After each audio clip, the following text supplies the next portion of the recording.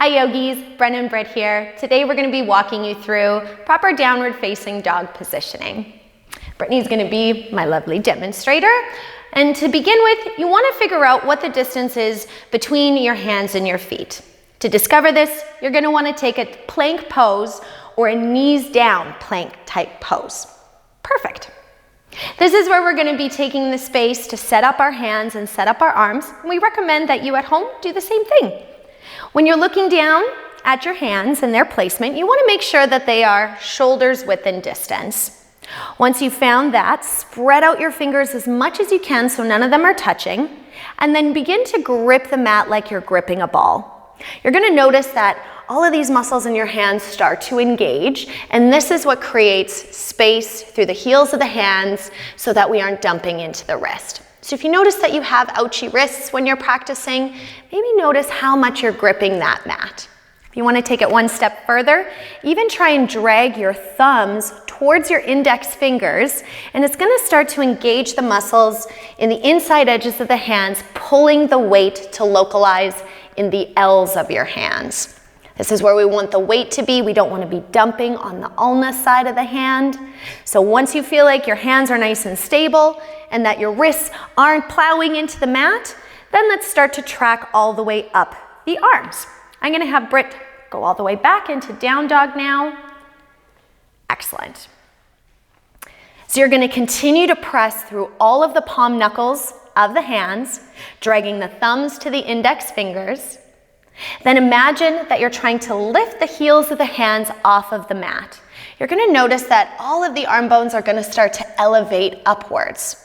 What this will do is create space to straighten your arms. Then try and pull your triceps in and your biceps out. Once that's happened, you notice that the weight starts to track down and starts to dump in the shoulders. So your last step, yes, this starts to happen as soon as the triceps in and biceps out movement comes in. But we want to work against that, just so that we're not dumping into that thoracic spine.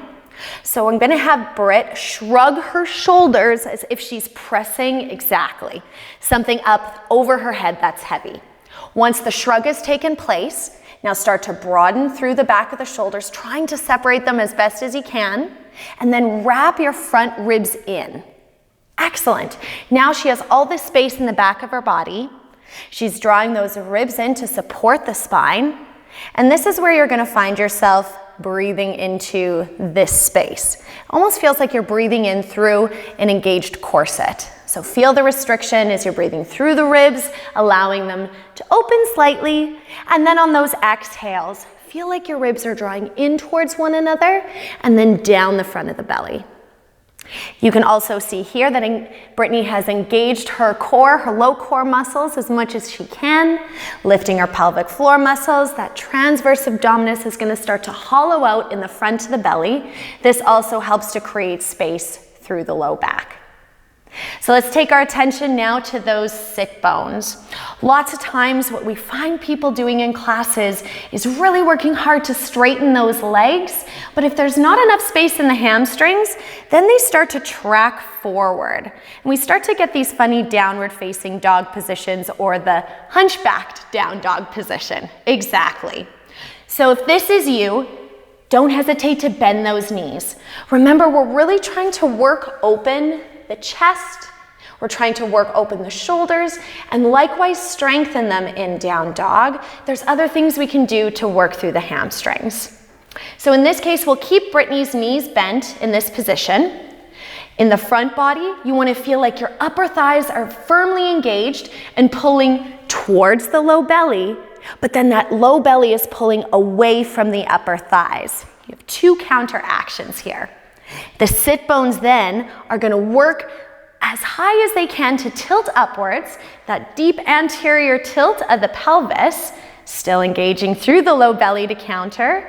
Then from here, she's going to work from the knees down to try and ground through those heels. Again, you can see her knees are micro bent. There's no reason to punch the backs of the knees out to straighten them. So make sure that your quads, your hamstrings, your calves and your shins, everything is working evenly. Let's take it all the way down to the heels now. You want to work to ground down through the heels to lengthen out and stretch out those calf muscles. But then just like the hands working as hard as they are, you want your feet to work just as hard too. Kick out your heels so that your toes are slightly pigeon-toed, so that those pinky toe edges of your feet are parallel with the side edges of the mat. Then feel like you're working all the muscles in the tops of your feet, including your toes, upwards. This will help to engage all the way up that anterior line of the legs, keeping the kneecaps lifted, the quadriceps engaged. And then from here, the action that you want to have is not your hands and feet pushing away from one another. Instead, action in as if you're trying to pull your feet to your hands and your hands to your feet. Beautiful. Then don't forget to breathe. Thank you so much, yogis. Well done, and good luck with your down dogs.